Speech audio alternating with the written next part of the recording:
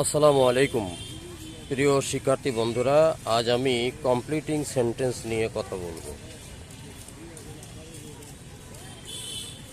SSC পরীক্ষার্থী যারা 2026 কিংবা 27 বা বর্তমানে যারা ক্লাস 9-এ পড়ছো, তাদের ইংরেজি দ্বিতীয় পত্র কমপ্লিটিং সেন্টেন্স আছে। এটা খুবই গুরুত্বপূর্ণ। আমি যশোর বোর্ড থেকে 2025-এর প্রশ্ন নিয়েছি। 7 নম্বর প্রশ্ন, কমপ্লিটিং সেন্টেন্স। কমপ্লিট সেন্টেন্স মূলত ফ্রেজাল ওয়ার্ড দিয়ে একটা বাক্যকে কমপ্লিট করতে হয়। এটা করতে গেলে কিছু টেকনিক জানা দরকার, তবে যত পড়বে ততই তোমরা উত্তর করতে পারবে। তবে বাক্যের অর্থ কিন্তু অবশ্যই জানতে হবে। বাক্যের অর্থ সহ আমি আজকে বলবো। তা শুরু করা যাক। A number, those dash are known as truthful people. এখানে সত্যবাদী মানুষ সম্বন্ধে বলা হয়েছে। সত্যবাদী মানুষ আসলে কারা বা কে হতে পারে? তাহলে those dash are known as truthful people.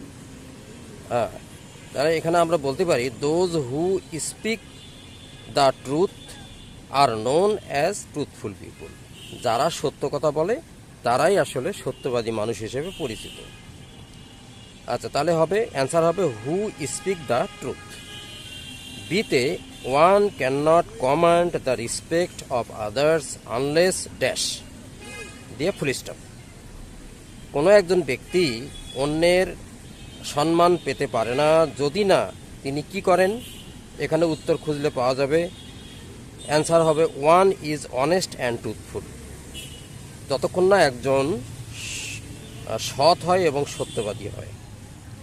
তাহলে আমরা প্রশ্নটা এভাবে বলতে পারি, উত্তরটা one can not command the respect of others unless one is honest and truthful.